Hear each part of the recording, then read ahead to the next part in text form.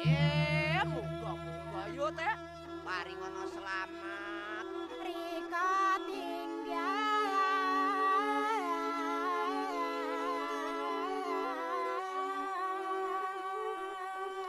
Melaku sulung do.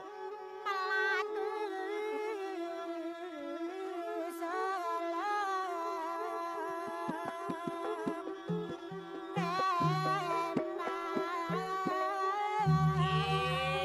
Iya tuh kang sinabyar sapa sabyar yo subur.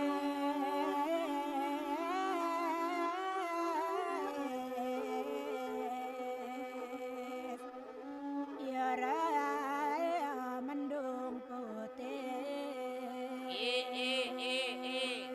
Tegane teh. wis tekyane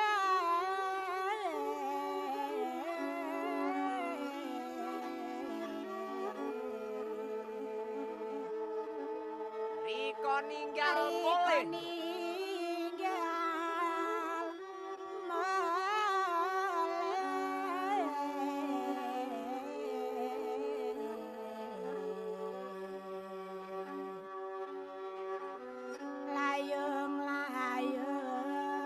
Duh, aranana wis lembyayung do.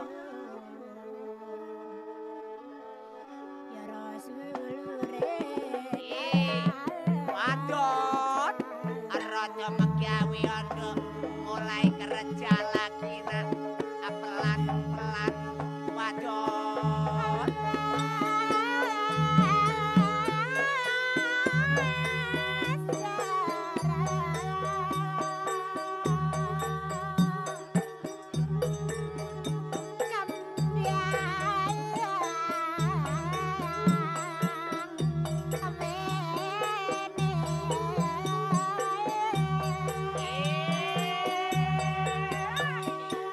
Abene sapa yo teh.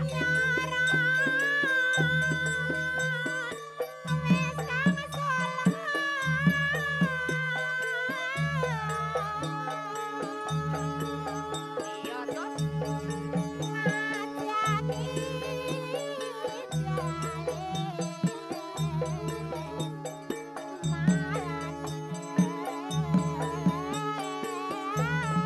Ya. Enak betul teh. Ompong enak yo teh.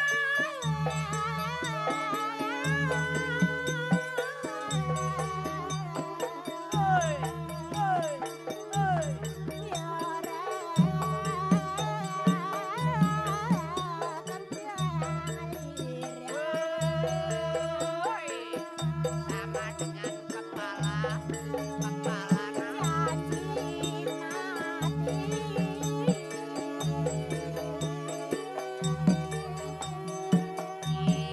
kepala dimainkan teh pelan-pelan.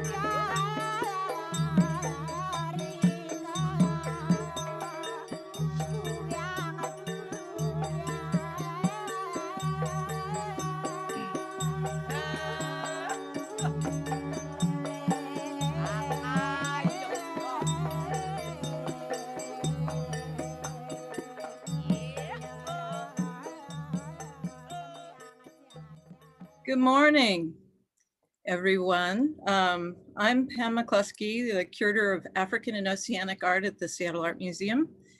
And first off, I'd like to thank the descendants of Chief Seattle for allowing us to use his name and his land, as we are on the traditional homeland of the Duwamish and the customary territories of the Suquamish and Muckleshoot peoples.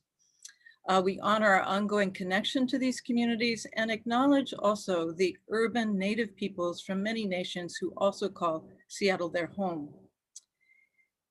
We are now entering the last final lecture in the Winter Saturday University series on art and renewal in the times of crisis in Asia. If you would like to see the recordings of previous presentations, just search Seattle Art Museum Saturday University YouTube to find those recordings. A brief survey is going to pop up after the talk today, and we'd really appreciate it if you could fill it out.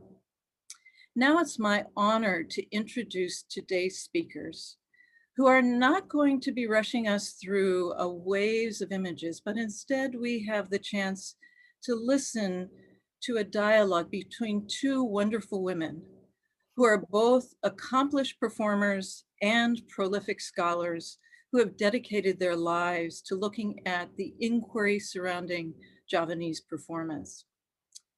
Diyah Larasati is coming to us from Minnesota. Welcome, Diyah. And she is currently an associate professor of transnationalism and aesthetic politics in the Department of Gender, Women, and Sexuality Studies at the University of Minnesota. She grew up in Indonesia under the 32-year Suharto dictatorship, where she was a participant in the ways that art can be used to confront crisis. Her first book has an amazing title, The Dance That Makes You Vanish, Cultural Reconstruction in Post-Genocide Indonesia. And it studies her own experience as a dancer and puts it into a larger political analysis. Her later book project also has a wonderful title, Dancing in the Forest, Modern Machine and Audio Politics of Land Narrative, and it considers the aesthetic encounter between indigenous voices and capitalist noise. She's being joined by Christina Sunardi, who is here in Seattle, has been thankfully since 2008 an associate professor in the ethnomusicology program at the School of Music at the University of Washington. This time last year, she was also announced as being the chair of the university's School of Dance. Her interests include performance, identity, spirituality, and ethnography in Indonesia. I've admired Christina on stage many, many times, often having been tipped off by Sarah Loudon that something is happening, and have watched her with visiting artists as well as students, and particularly their care and embodiment with the glorious gamelan that resides at the University of Washington and has since 2013, and has the wonderful illustrious name of Heavenly Nymph Flower Power. We may have to ask her more about that later. But I cannot wait for her to be back on stage at some point, either with the university or Gamelan Pacifica. And it is just such a pleasure to think about learning more about the art of both these women today. Thank you both. Thank you. Thank you so much for such a kind introduction. Well, it's my great pleasure and honor to be here facilitating this conversation with Diyah Larasati, who is a scholar and an artist that I have long admired. So thank you very much to the Seattle Art Museum for making this possible, and a special shout out and thank you to Pam, Xiaojin, and Sophie for all of their work, kind of behind the scenes here. So I'll start by asking Diyah, would you mind by introducing yourself a little bit more, telling us a little bit more about who you are and your relationship to dance in Java? Thank you so much for this opportunity. Before I answer that question, I would like to greet everyone in this webinar. And also I'm speaking from the land of Minnesota, Makoche, and the homeland of the Dakota Oyate. It is my great honor to somehow, with previous specificity of their history, I could speak with you all here. And thank you everyone, the Seattle Art Museum, Christina, for this wonderful opportunity for me, and also Pam, Sophie, and Charlene for all the invisible labor to make today's event possible. And of course, for all my friends and my office and everyone who I cannot mention one by one. So your first question, you asked me to introduce myself. I think Pam already introduced very kindly, but I think I'm just would like to add that I train as a dancer, and somehow the schooling enabled me to access the production of knowledge. And I went to specific genre of genealogy of genre that later on we can talk more, but currently I'm associate professor at Gender, Women and Sexuality department, and I also faculty advisor at Center for Interdisciplinary Center for the Study of Global Change. So I think that is maybe the part that I could start this conversation. And also maybe you can repeat the second question. I'm worried I forget. No, absolutely, absolutely. The second question that I had was, what is your relationship to dance in Java? Thank you. That is a very important question. So I was born and grew up in Java.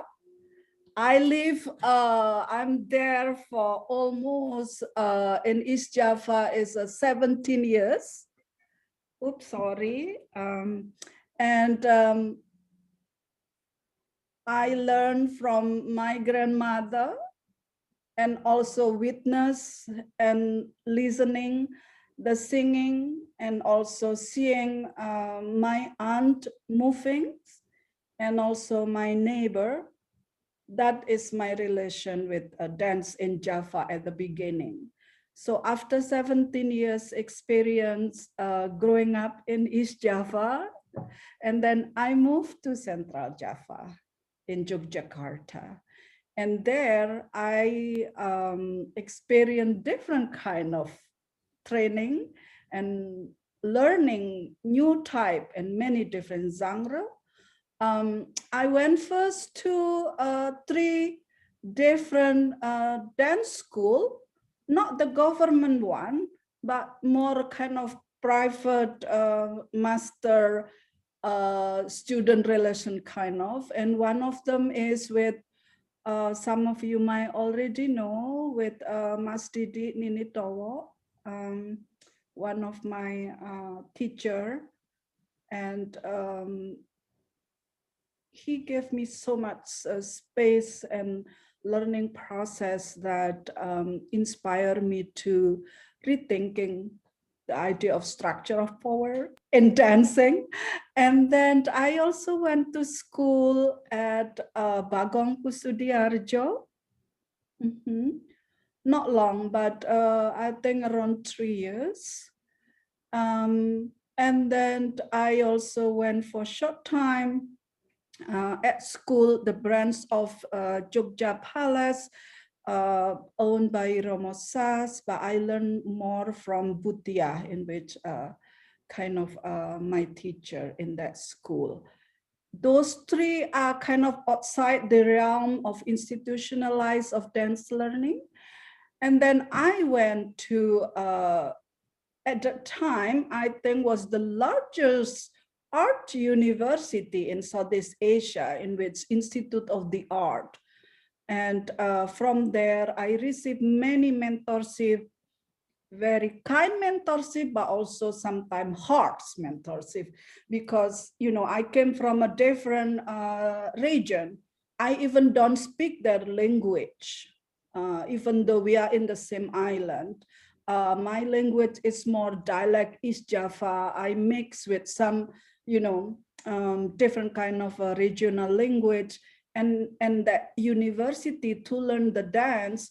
In 2 years, I have to pass a Javanese court language, and it was a transformation of curiosity, inquiry, in dancing, but also language. So a lot of translation. And then I went also to live some time in West Java, and there also I learned different genres. So the island is have, as you're aware with your brilliant book, Christina, is have many genre and many kind of even genealogic that detailing body and expression that is so diverse and sometimes oppositional in terms of technique. So that is my learning to dance, my relation with dance of Java. Also, the dance of Java, to make it current context, is give me so much reminder about two things. One is a form that able to enter at this current time.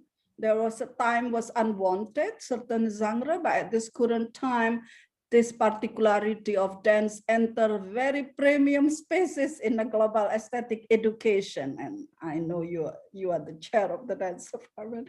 So, you know, it's very interesting to learn this proceeding. So dance in Java, dance of Java, for me is kind of a tool, but also inspiration, an umbrella, but also my identity.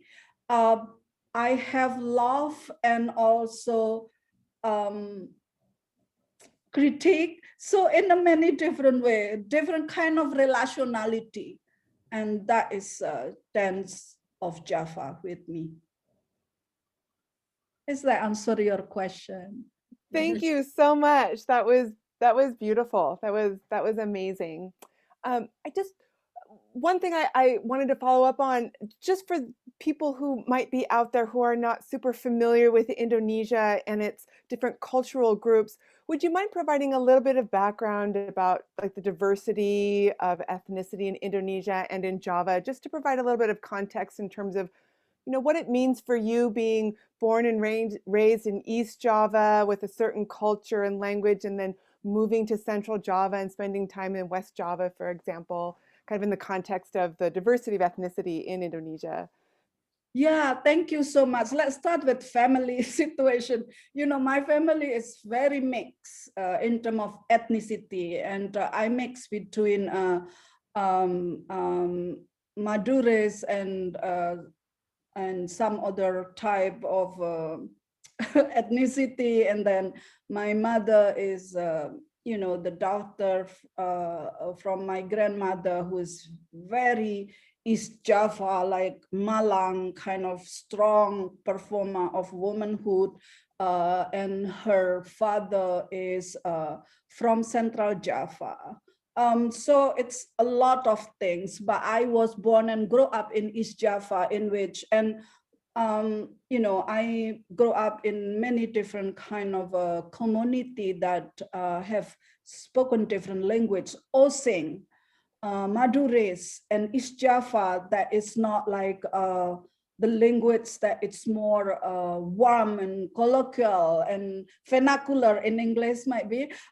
So it's less kind of class burden and hierarchy. So when I moved to Central Java, I often being for the first and second year at the university, to move up for certain courses, I have to pass this language study, and that is kind of introduction for aesthetic also.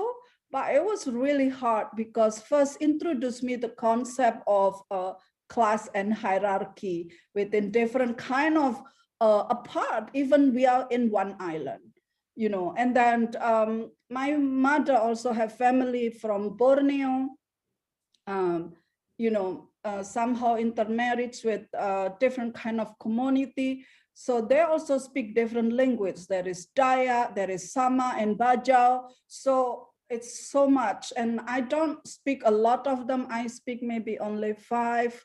But that was enable me to function in my life in Indonesia. But then, as you know, I moved to UCLA back then, and you know, that ethnicity also become homogenized by language of difference in the context of US. You know, we are from East Java, but you know, we are different kind of body. So yeah, and we are not also not indigenous in this context of here.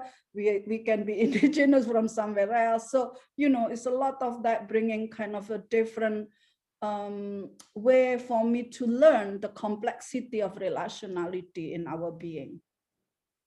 Does that answer your question? Thank you. Yes, this is so interesting, and it's so wonderful for me to learn more about you too, and your background. And um, I find it funny saying I only speak 5 languages. I mean, that's amazing to me, and it's very impressive, you know, coming from a part of the world where so many languages are spoken within the country, and you know, people are sort of used to speaking multiple languages. I find that really impressive and really instructive as somebody who struggles to keep up with, you know, 2 languages. So that's amazing. So before we go to the next question, can you give me a pleasure to ask you a question also? Absolutely, yes. Yeah, so tell me about you more. I know in a professional lens, in the association of academic and so on, you know, it's a very exterior kind of, you know, text and narrative, but I want to know more. So one, what relation you have with dance of Java? And also, I'm actually interested, you know, also to know your language and your name and your arrival. And if possible, there are some, you know, of course, strategic of narrative here, but I honor your choice to share with me too. Oh, absolutely. No, thank you for those questions. So I think of my relationship my relationship to dance in Java as very much one as somebody who's learning. I think of myself very much as a student. I approach it with a lot of humility because I was not born in Indonesia. I don't have Indonesian heritage, and so I feel very much like you know, somebody who's visiting or somebody who's a guest. And I am so grateful for everything that my teachers have shared with me. I have felt very honored that my teachers have spent so much time with me and took my interests very seriously, and were very attentive to me. So it's been a real honor. I started studying dance in Java in about 1999 or so, and I first started in Yogyakarta in central Java. Yeah, and started with dances like, for those who are familiar, like golek, but like very like beginner versions, like golek, Kenyu Tenembe, and golek ayun ayun for those who know that genre. So female style dances. Oh, I was there in 89. I wish I met you. We Well, I also met Didi Nini Towok and was very inspired by him and his work. And oh, there's a golek dance right there that pulled Yes. up on the screen. So I studied some of that.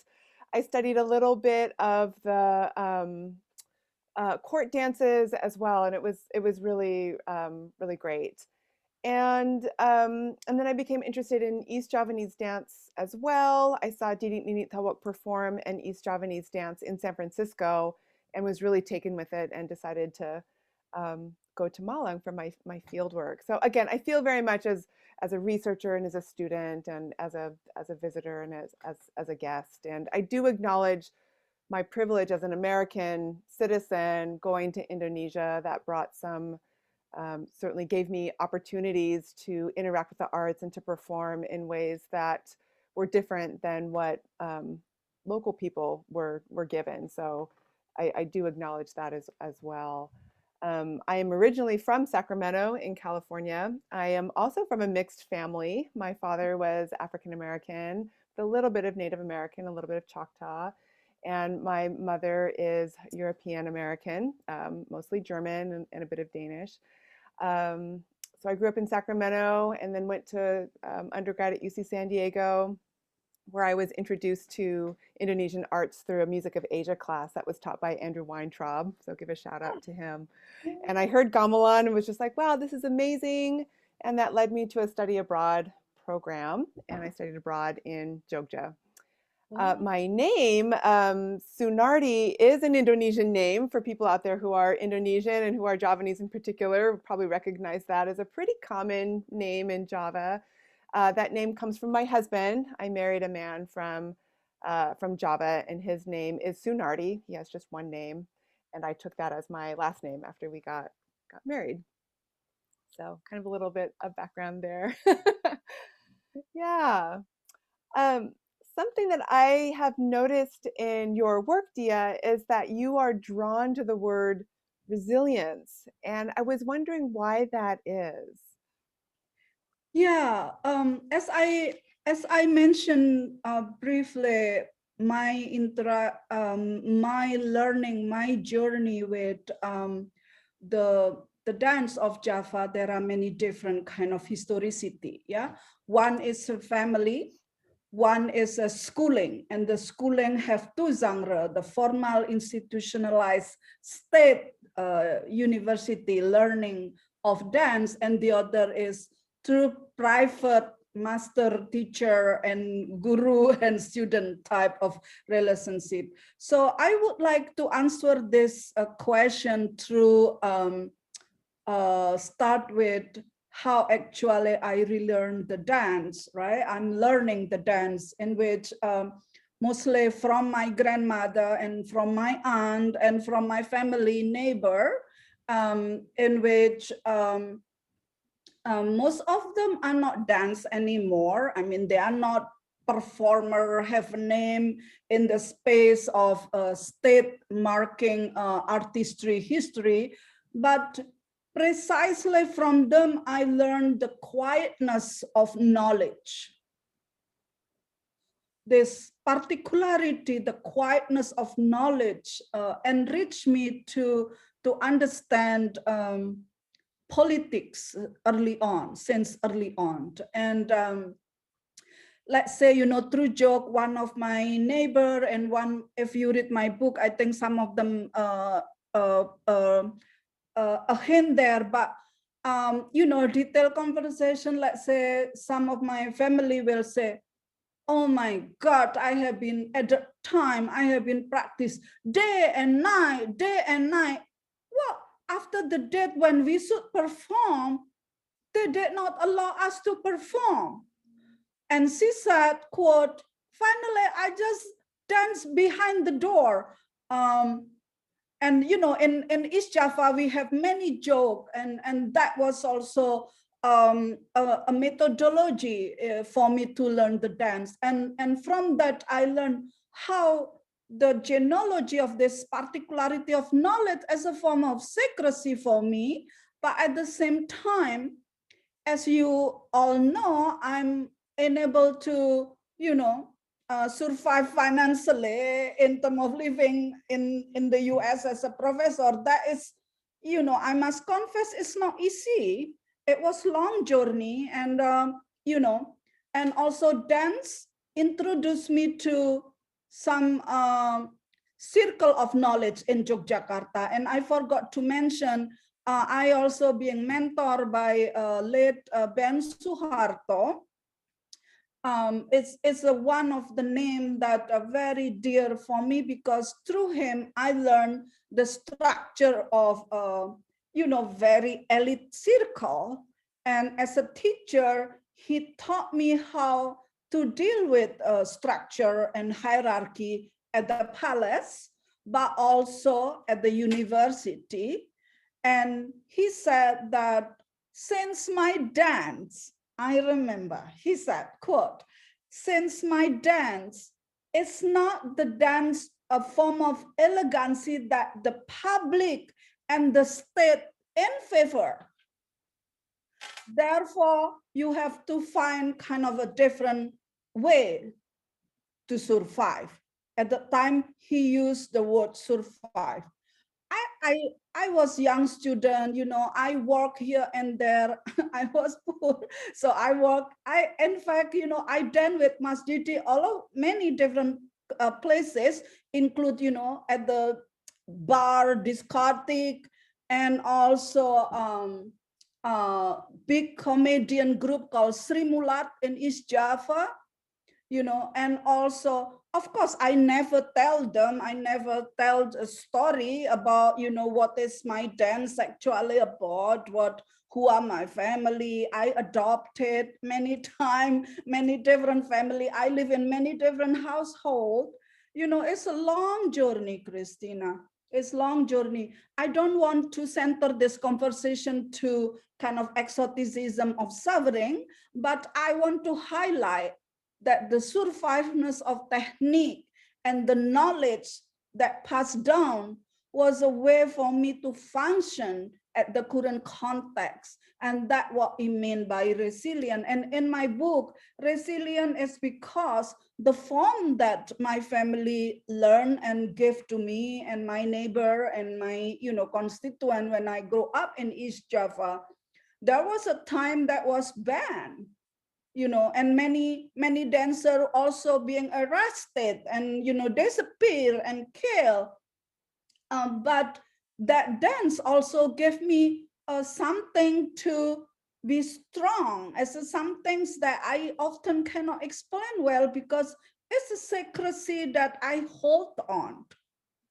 And that's what I mean by resilient. And more importantly, and I want to share this part, resilient for me is also an act of kindness. An act of kindness in terms of as a source of giver of knowledge, but also recipient. And that to receive that knowledge charge responsibility for me because I receive many dance knowledge.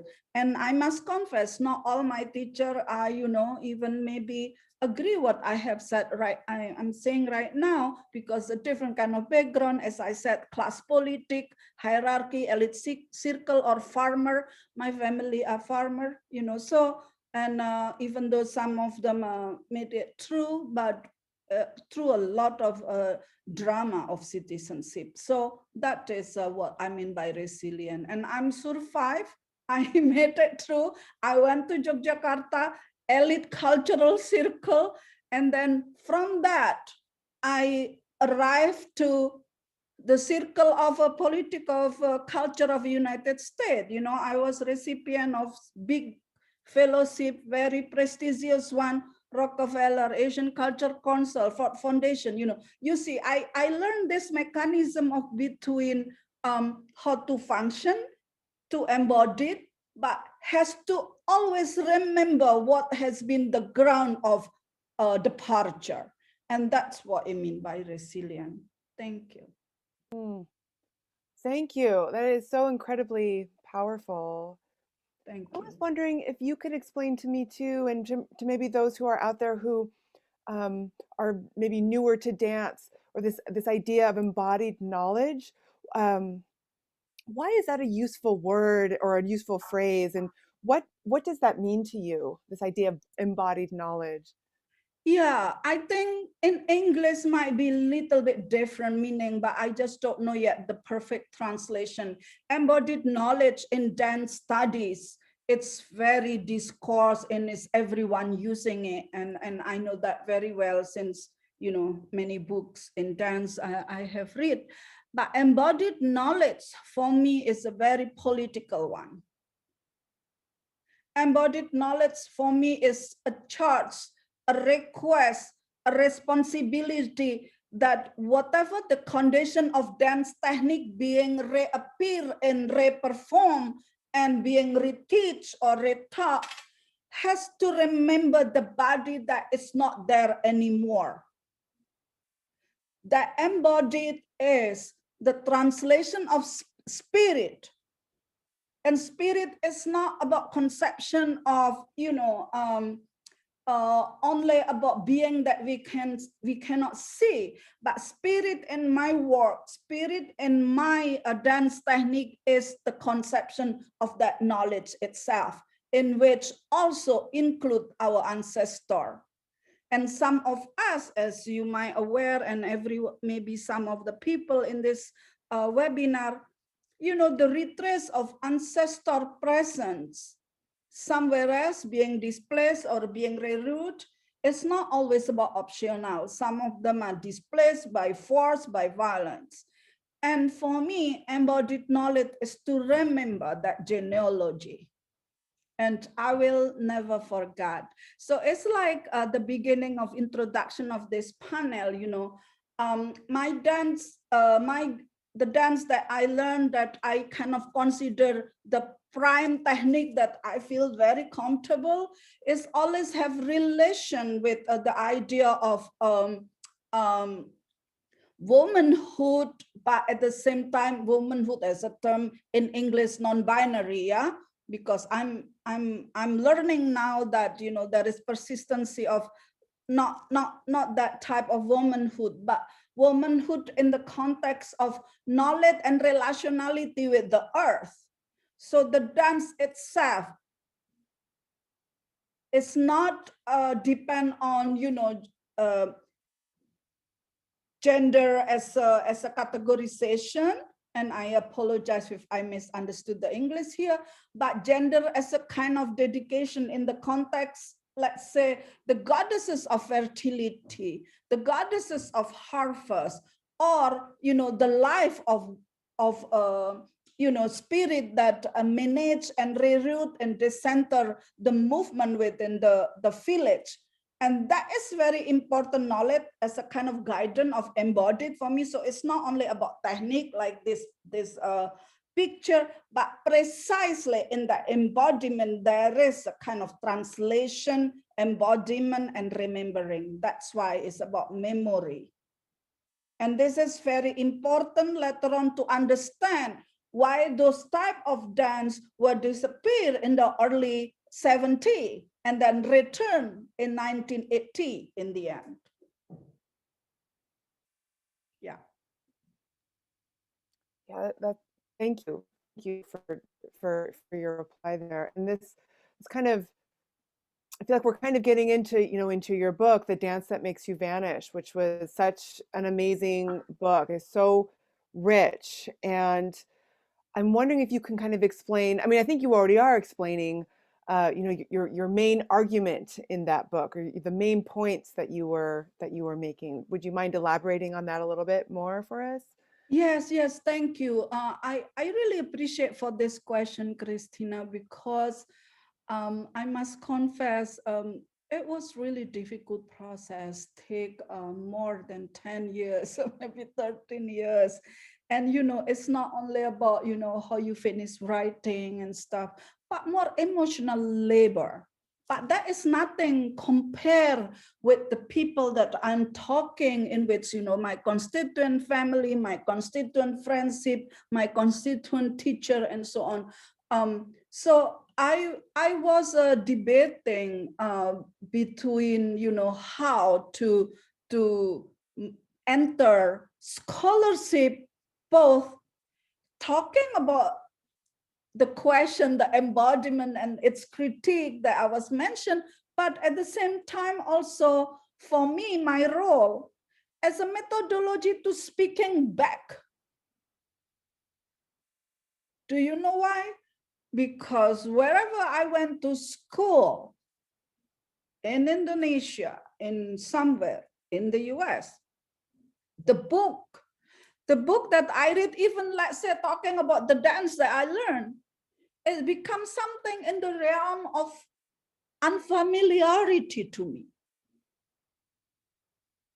Well, at least first, very clear language. English was not a part of my growing up, you know, it's like not even famous back then. English was like, even if you speak English, they told you in my neighborhood that you are snobbish. So I was like listening English song, you know, I love English song, like certain genre. I was like hiding. I'm not from like very fancy family who, you know, spoken English. You know, so English was not favorite. And my some of my constituent is a very, you know, like they have very strong presence, the idea of nationality and belonging, because, you know, some of them are war fighter with the Dutch, you know, so they have very straight, clear guideline, you know, we even don't eat bread. It wasn't a law. So, you know, I came from that kind of situation. So So this is very important to mention. And go back to my book. There are three tracing of goal. One is a methodology of speaking back. I want to decenter the empire knowledge about dance in Indonesia. And my book is not historical book. As you might aware, some critic, even from your colleagues, say, "Oh, this book is so not historical." Like who say I'm writing historical book? I don't. Yeah, because English and history is already colonial predicament. I want to speaking back, and I work hard to understand the language, to trace, to give a space and voice that might be never heard in terms of myself too. So it was that big project. Second, speaking back is also about critique to the nation where I belong because the violence history, but also the idea of international as a safety mechanism, in which it's not. In this particular book highlight, through the aesthetic global circulation, let's borrow Spivak term, it was a violent mechanism because it's erasure for this particularity of history, drill to different kind of mechanism of knowledge, in which it's not bad knowledge. I'm not talking good and bad. It's not like, wow, no, but it is different kind of remembering, and that embodiment is way go somewhere else and forget. And that was my big project as a form of reminder. The third is, also a highlight the location of, in the West, might be called feminist intervention, but I would like to use different language back then, in which how women intervene in the statehood and post-genocide.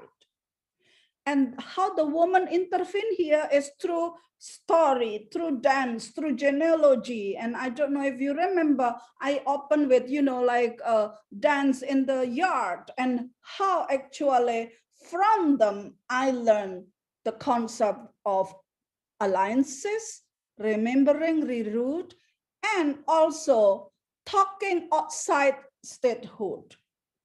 Yet I discuss the particularity of that history because, that is the door that being prepared for me. I have to enter that door.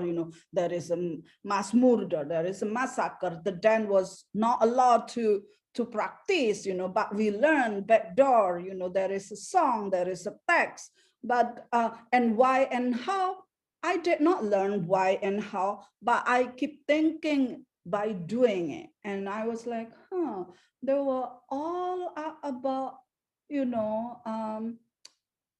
the woman narrative in entering statehood, and those are the practice that being crushed down. And I'm learning. I'm saying this is not that all victims during those political violence are women dancer, but many. But what I try to say is that connection and the particularity of woman as a body, as a kind of conception, as an epistemology will intervene the kind of politic of statehood. That's why, the crashing down. And because of that, this thinking, this book, I dedicate to that question. It was my question. So I was not talking about this dance practice, that practice, but it was my own question because I was not receive answer back then. So it's my homework. Yes, thank you. Does that answer your question? Yes, thank you. In ways beyond which I could have imagined. So thank you so much. And I think it's interesting. You're talking about doing your homework, and you were talking about when you write your book, or in the book itself, there's the references to learning to dance in the yard. I mean, something that I found really powerful about your book was the way that you wove memoir, or what read to me like memoir, into your analysis. So it was kind of like part memoir about your life and your experience, and part analysis of the dance, and part bringing to the fore the stories of the people that you foreground in the book. And I was wondering, why did you choose to do that as a writer? Weave in those different writing styles, which you do incredibly powerfully in English. Thank you. Well, I must confess, I also get a lot of help in terms of grammar. I'm so bad at grammar, but I think the memoir or the genre of writings that I choose, specifically one, as I mentioned, is methodology of speaking, in which I wasn't prepared to deal with the conception of transnational feminism back then. Yeah, as I said, it's homework. I was inspired by the daily struggle of woman narrative. Include, I was just trying to find a way how to include, let's say, my aunt, my aunt family vanished because of the dance. I want to include that from the woman perspective to the practitioner, but also, how my technique was being categorized as a non-elegance, because the butt moving, and also, the idea of expression that it's so diverse. So I was tracing that, and I do not find a way to find a certain kind of idea. But of course, I inspired by many scholars that I went for schooling for my PhD, that most of them are incredible scholars, and I'm very grateful. And you can see in the book itself. But to return the genre of writing, yes, because I want to include this narrative that it's not belong to kind of the report of a genocide that all men. I'm not talking about the inclusion of women suffering, but I'm particularly want to speak back in the sense of what does really mean history? Who has colonial exception to be heard? It was my big mission. It was, I study hard how to speak in discourse. It was my goal for 20 years. I lost many other things, a part of my life, Christina, because it was a big homework, and I want to do that. And this example of disciplining, and from that, this is a Suharto genre of disciplining. So I want to encounter with with dance technique, with the narrative, and so on. And I do it with a very honoring my ancestor, and that was my obligation, and that what I mean responsibility in embodied technique. So the memoir or the genre that I choose inspired by different kind of methodology in speaking back, but also retelling story without exotizing or essentializing. I saw in the book my vulnerability, like who I was, what money I function, so it was, and I gratitude to those fellowship. But there is a term, Mexican, a proverb that I learned from one office the other day. It's like I'm entering forest, but they want to bury people, but we are the seed, something like that. So I want to spark that retracing of the responsibility of the murderer, but at the same time, the production of knowledge and also rethinking how actually aesthetic and global education become mechanism of remembering rather than further forgetting. And that is the task. And I want to participate on that because otherwise we will never have chant, not as a staging, not as, you know, like conception of panggung in Indonesian word or stage of, you know, like leadership, not, but it's leadership in terms of epistemology. That is my goal is. And dance as a tool, because that is the only thing I have at the beginning, you know, it's my home. Dance is my home. Allah or not Allah is my home. Elegant or elegant, some people were, you know, I experienced so many bully, Christina. I'm not smooth journey not smooth traveler of journey. You know, when we're little, some of them kid like, oh, the children of scary, evil woman. Yeah, my mother, you know, missing mother, you know, when you missing mother, they don't treat you very kind. So I think it's, you know, so the bully is very beginning until at the current time. Are we okay in terms of time? We are good as far as time goes. Please remind me, because when I speak is, yeah, I forgot to ask you question, even though this is about 2 weeks interview. I apologize. No. This is fantastic. We have about 8 minutes until we open it up to Q&A. Yeah. If you would like to continue talking about your writing style, yeah, we would love to hear more. Yeah. We also, at some point, I'd love to ask you if you could maybe demonstrate some dance movements in terms of thinking about embodied knowledge and the techniques that you've been talking about. Yeah, maybe later on when I stand, the museum or Sophie can like play some music for me. It will be great. So before we go to that section, yeah, just want to highlight. So basically, I want to honor the memory of political violence victim and survivor. That is kind of my dedication.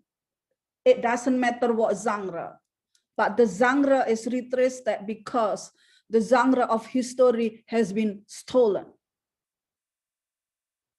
Yes, especially in the context of Indonesia. Of course, there are many new historians, new intervention, and I appreciate and honor their work. But, you know, it has been, right? So this intervention that I'm envisioning through this genre of writing is locate the intimate narrative as a kind of strategic positionality. Yeah, and that is my kind of, now I understand the term, and I must confess, feminist methodology. But back then, I'm locate my family, my grandma, my aunt, my you know, my family who, you know, washing rice and dance at night, but suddenly, you know, has to visit a military office until 1989 when you were in Jogja every 2 weeks. My aunt, with the embodiment of knowledge of dance and its specificity, has to go to different route. And that is the statehood mechanism that I critique. So the genre is kind of conversation protesting, but at the same time it's also healing in the sense that I honor my ancestor, but also the journey of knowledge that they gave me. So that's why I choose that retelling story and narrative. So I will show maybe one kind of a pose, a movement, and maybe Sophie can help me. Thank you so much, Sophie. Little bit the same that music that we use for opening, but in the more in the back side, kind of, is that possible? If not possible, I will follow the music. Okay, I can go ahead and pick one of the songs. Was there one off that playlist you wanted to use specifically? Maybe the Are you in a Before Dawn? I'm in the Music of Indonesia Volume 1, the one you sent me. Yeah. You can choose any one of those. Okay. I will. Thank you, Sophia. Yeah, I hope that it goes through. If not, let me know, okay? Can everyone see me? Dia mulai bersiapkan.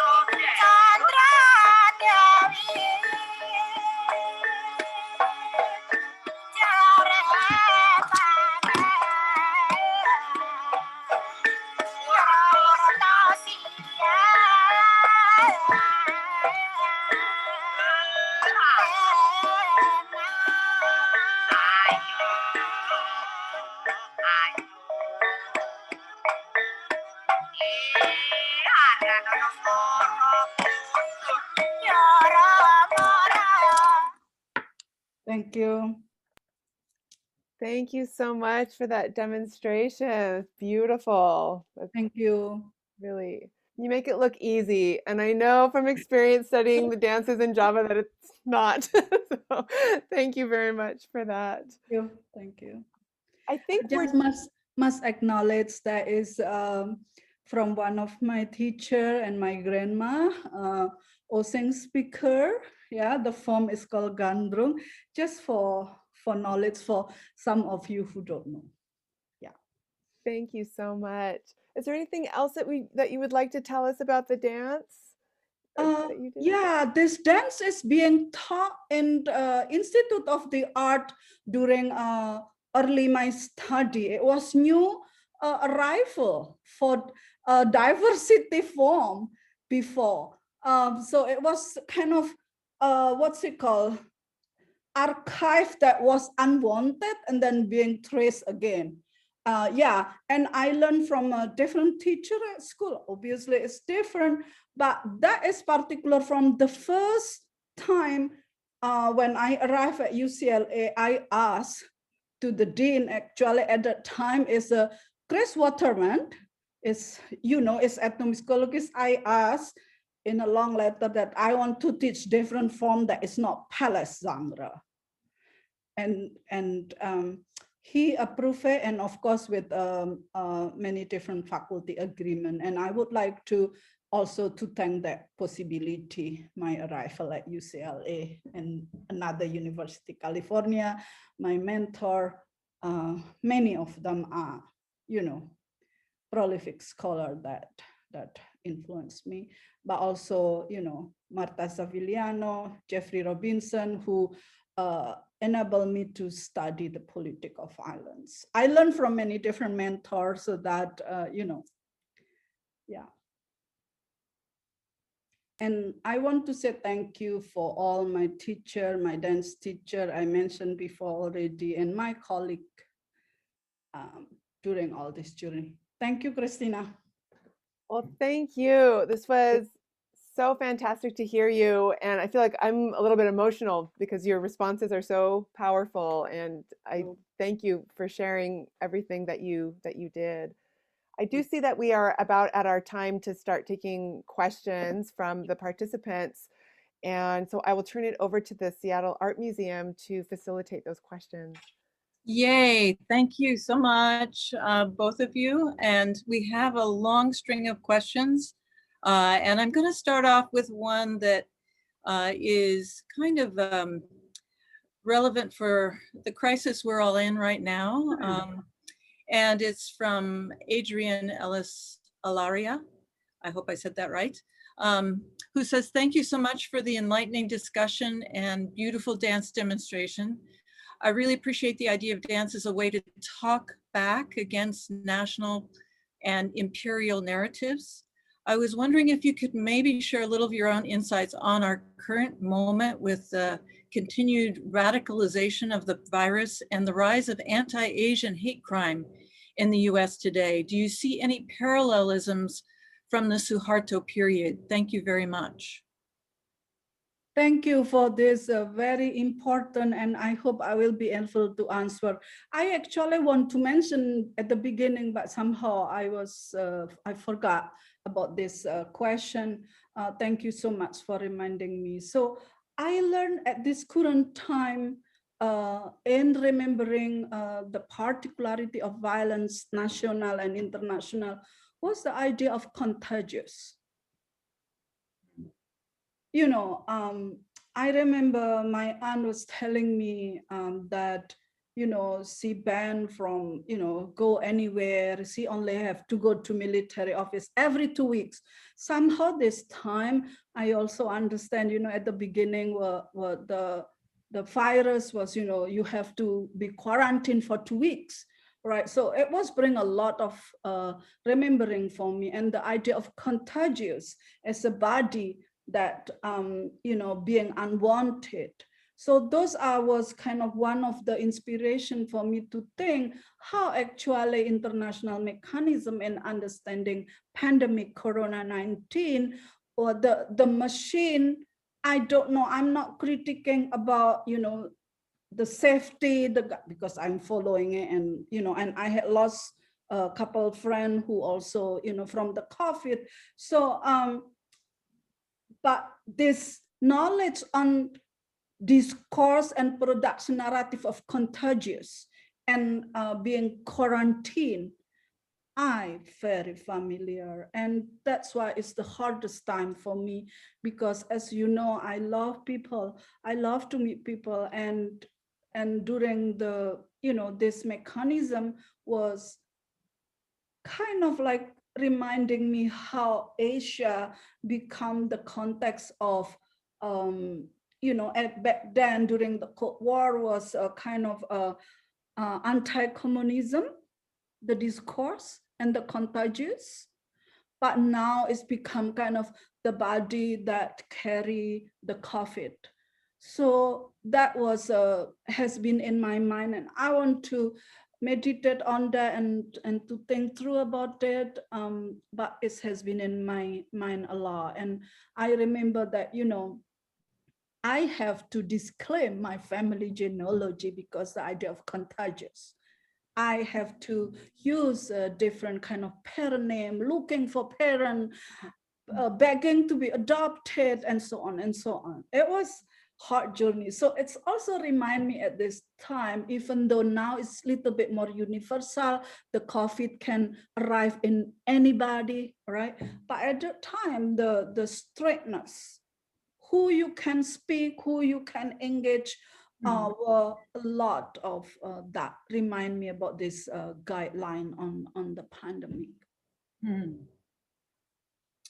Here's a question that Christina can also weigh in on. Someone is asking, where in the United States is there teaching of Indonesian dance that is not of the palace dance genre?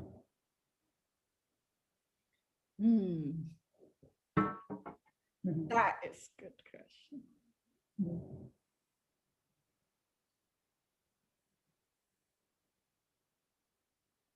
Well, Christina dance is not palace dance. Yeah, I was gonna, well, or Diyah, do you want to talk about the forms of dance that you teach as well? Yeah. I teach Gandrung, the form. It was first time I teach at UCLA in 1997. And then I reteach again as a kind of a project related with a political question in Minnesota. I performed, I forgot what year. And then that's it. Hmm. Yeah, I know Christina. I don't know what you teach now. So, but I was dance director. I was dreaming to think about that. I was dance director many years at University of Minnesota, but yeah, but I fail in terms of my own self. I'm not blaming anybody. I fail, and instead I reroute and place myself to different kind of methodology. But I dance all the time. If you come to Minnesota, yeah, I dance all the time. Okay, this is one that's also directed to both of you about how myth can become a text for the basis of dance. There is a question about the sequence of a real event, say 1965, being mythologized, and then is a dance created based on that myth. And for Christina, can you say something about East Javanese stories, Punji, and how they become the basis for celebrated dance repertoire in Central Javanese courts? So we're getting some real specific people wanting to know exactly. Yeah. Pam, can you help me to understand what does really mean mythologize, the event become mythologized? Well, I'm not exactly, well versed on this myself, but the notion, I know of your work looking at the hardships under Suharto's regime. Yeah, Suharto, excuse me. And then you step back, and then how you recreate and reimagine. That's how I'm kind of reading this. Yeah, well, the massacre is real. Many children lost the parent, and many families separate, and some of us have to disclaim the genealogy of parenthood. So it's real. So the meaning of mythologize here is, I'm little confused, except if I misunderstood the English, and Christina can help me. But the narrative, the state narrative, in which center on statehood, everything is like everyone is the evil and the victim is the military man. That is, for me, is mythology. We have more million people dead, displaced, disappear, vanished. The dance were there and then gone and then reappear. Those are the mythology, in the sense that how time and place were recreated by a very heteropatriarch state, national and international. And therefore, this dance world that I envision is not only have responsibility to trace that genealogy of remembering and technique and ways of knowing and different kind of ways of knowing, and include, as I said, the idea of what is in English, agronomy, the world of rice and cultivation of land and earth. Actually, many people think as mythology is the real stuff. It's the center of capitalist madness. Right, and that the dance is actually, it's not about myth.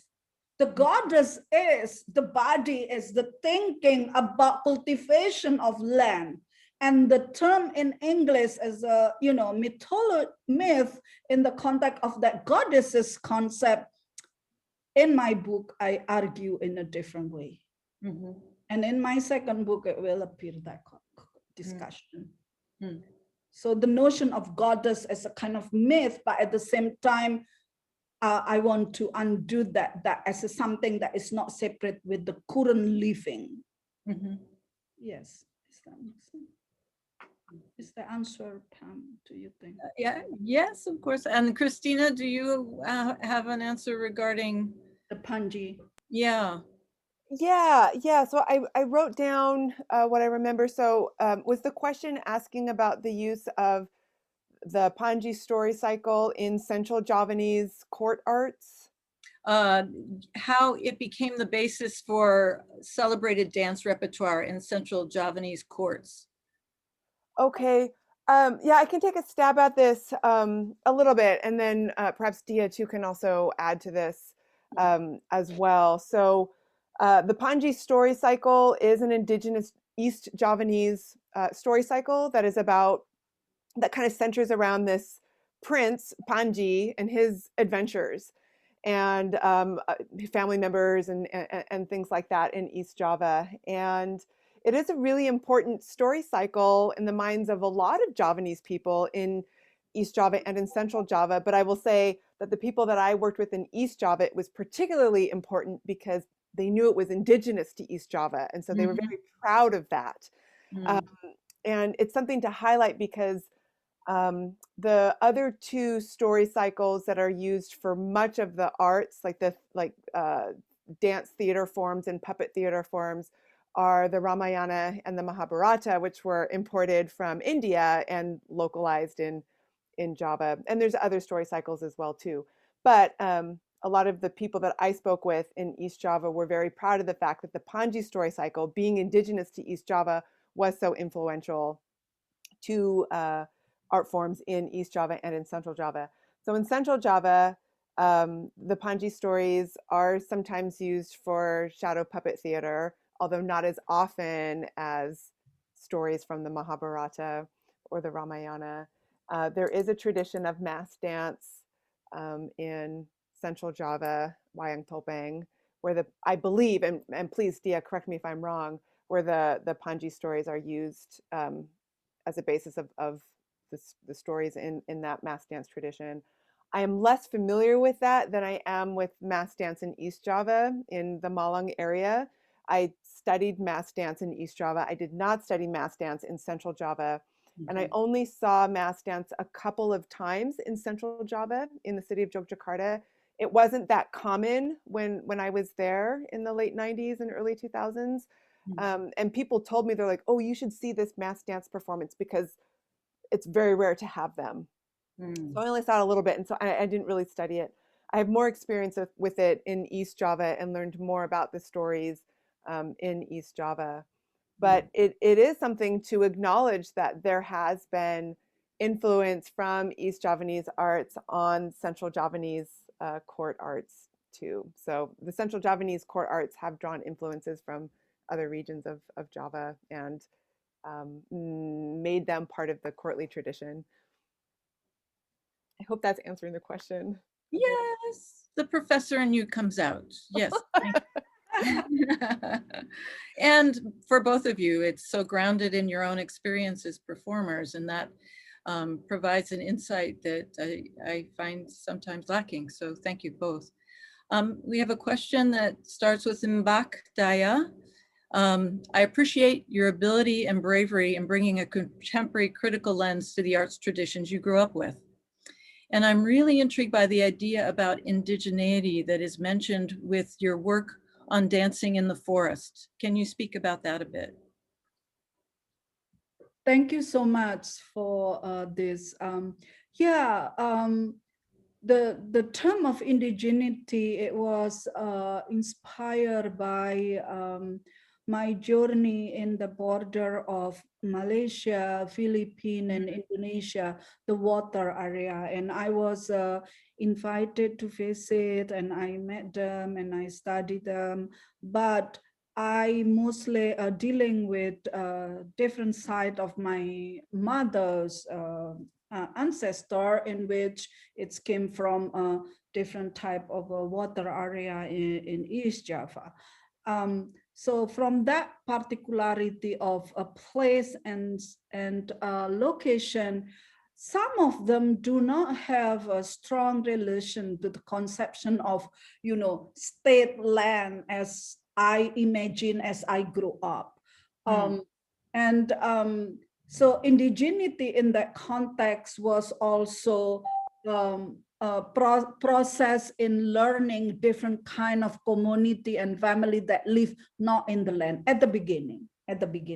And then second part, indigeneity become new term, new law that being proposed by Indonesian state after around year of 2000, in which relate with a land ownership and land management, forest management, and so on. So I want to talk about the politic of those two conditions.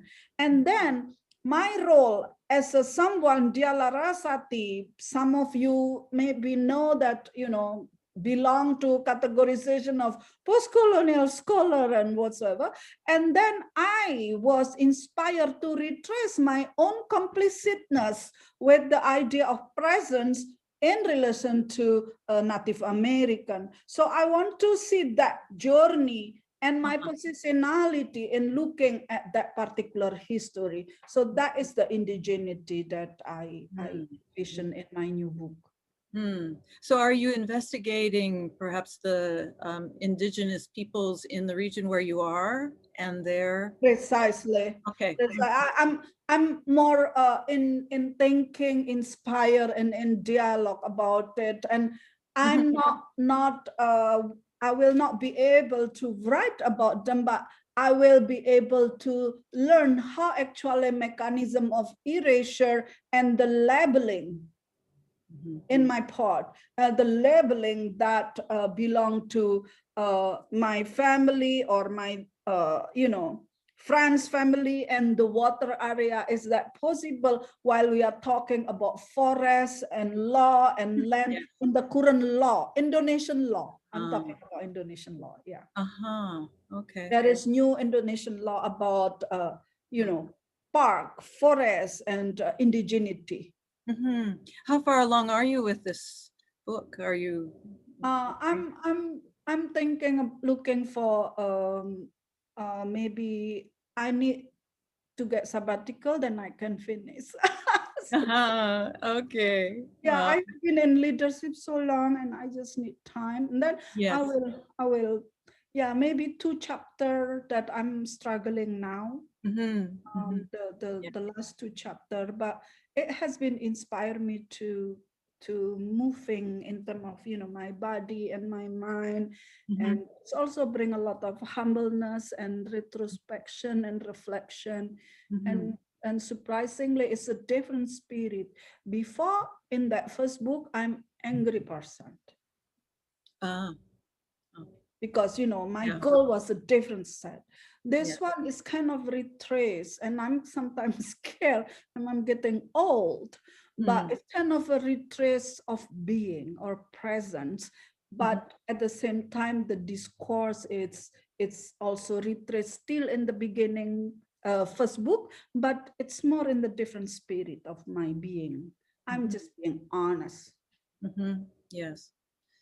Well, thank you for your honesty always. But the other thing I wonder if you're willing to be more honest about is in preparing for this, the sense of loss of your archives, and how many places are there where there are recordings of your performances that might be available for those who want to explore more, but also how we always, with this particular series, assume a massive amount of visualization, and this has been restrained and encourages us to listen in a better way, perhaps at times, but it's also based on access to your archives. And can you speak a bit about that? Yes, thank you. One, because I'm not, because I want to be responsible with narrative. Yes. And I don't want to cause a problem for other people. So, you know, names that, and this is very important to mention, as some of you are aware, you know, the critic of my first book is like, who is that name? Like, so what kind of spelling? I was surprised, like, do they know the secrecy and the safety? Yes. You know, so that was kind of first concern in my book. So a lot of name was not real. Some of them request to be real because they say, no, if being recorded, I want to be real my name, but some of them not, you know. So that's why. And also it doesn't mean that I don't honor people surround me wherever that, but I choose very particular who I envision, but also in their agreement that they feel okay to be included. Yes, sure. And that is kind of my thinking, yeah. And for this one, and then in 2006, there was a big earthquake, and I lost many stuff, and I move also so much, yeah. And I'm not belong to, you know, the refined court dancer who the archive in 1 minute you can find millions. I came from different trade of unwanted. But I'm still lucky because my academic position enabled me to proceed that kind of a power structure. And I, you know, so the purpose of the archive for me is to speak back and to as a reminder. And, you know, Addis Ababa University, I think they have. Yes. And then Brown University, UCLA, well, University of Minnesota for sure. And then embassies, and that is in the US. And then in Australia, you know, what's the name? The National Gallery, some private gallery. Malaysia is private gallery. And Indonesia is French Culture Center. It's bizarre. But that is the only place might have recording because you know, this is very tricky because that was the place, because they are international institution, they brave to host my performance, you know, so it's a kind of politic of locality in the sense. But at the same time, at household and, you know, but that was a lot of missing. Maybe University of Wesleyan they have, and Macphail, Minnesota. Yeah.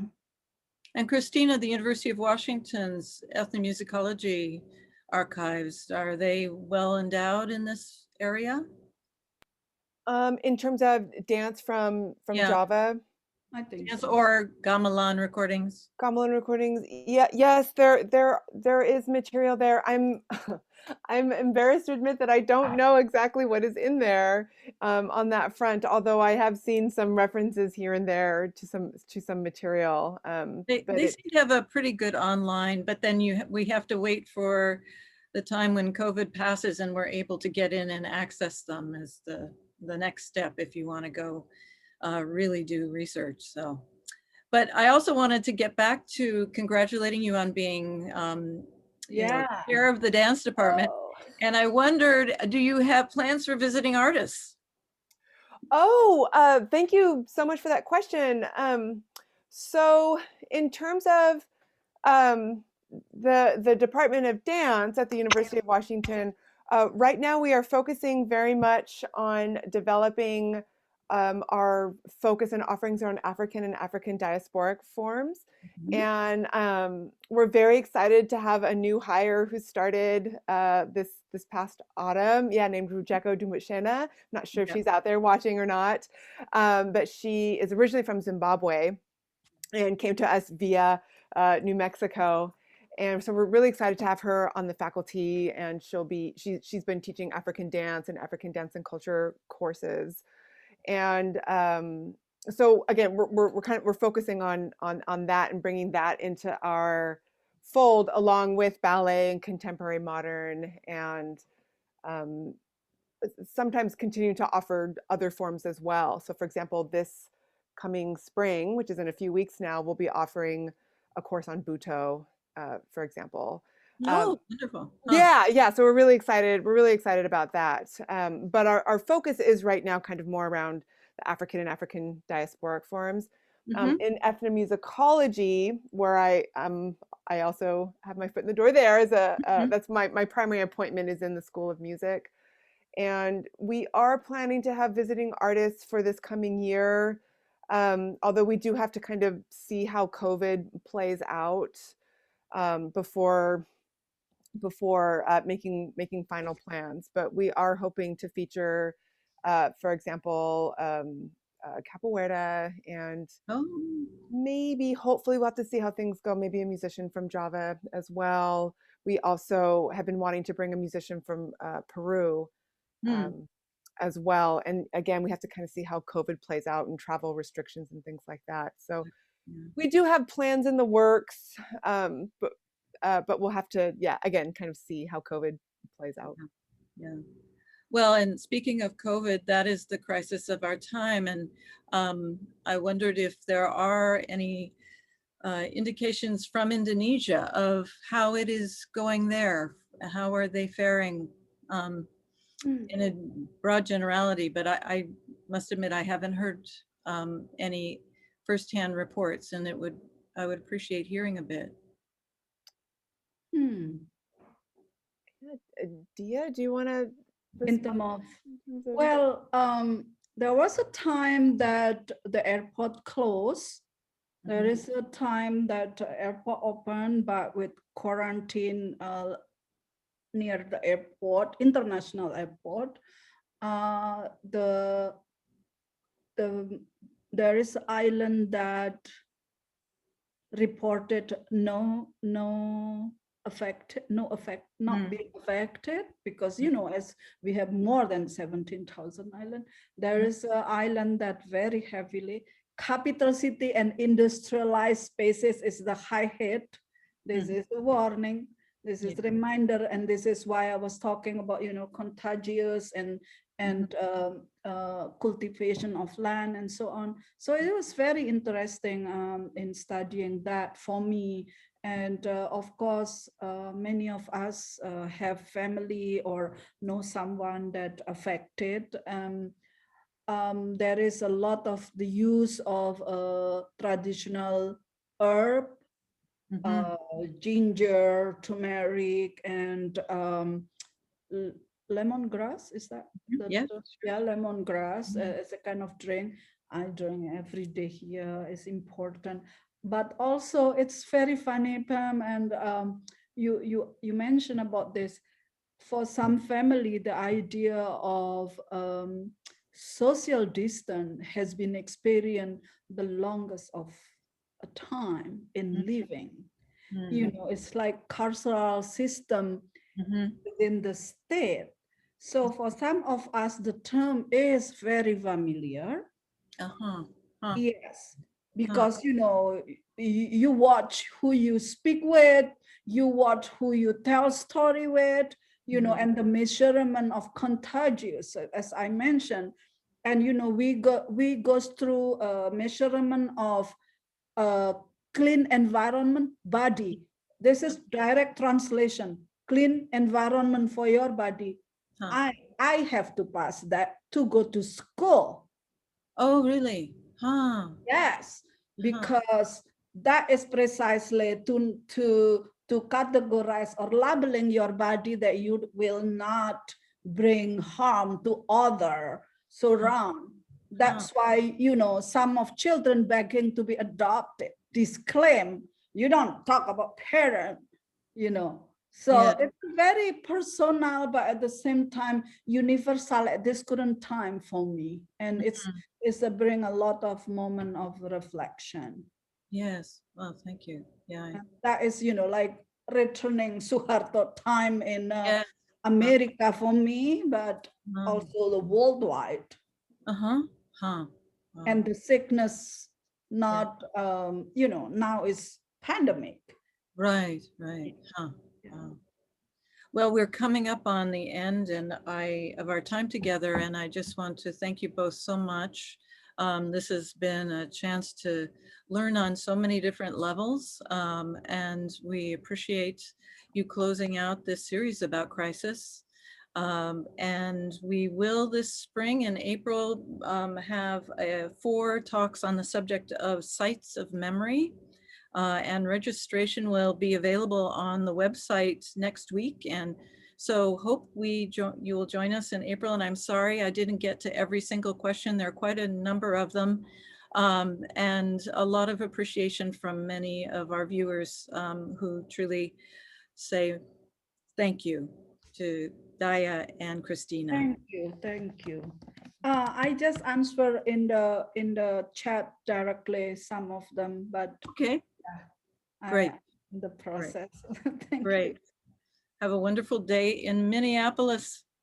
Thank you. Thank you. Really appreciate for this invitation, and I hope it makes sense. It does, definitely. Thank you. And see you, Christina. I want to see you on stage again.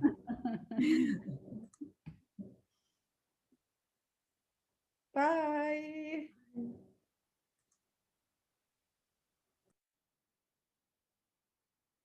Bye, Christina. Bye. Oh, how to save all this question? I want to save. I see. Is it? I can send you a copy of the Q&A and the questions. Don't worry. Thank you. Thank you. Really appreciate Yeah, of You have course. to run for some other engagement. Thank you so much. All right, you're welcome. Bye. Thank you, Bye. Diyah. Thank you so much. Thank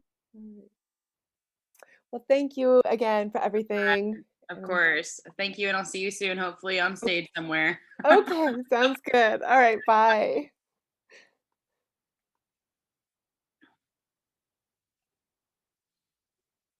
Hey, Xiaozhen, I'm going to go ahead and end the recording since you're not going to be able to stay after with Diyah.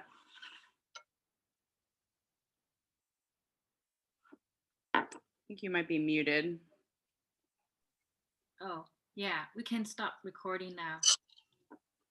Okay. I was just going to end the actual webinar, if that's okay. Oh, she's still there? No? No, she had to sign off because of another thing. Sorry about that. Oh, it's all right. I'll connect with her through other means. All right, bye. All right. Thank you so I'll much. go ahead and send you all the data from the last two Saturday universities after this, okay? Okay, terrific. Thank you so much. All right, bye. Bye.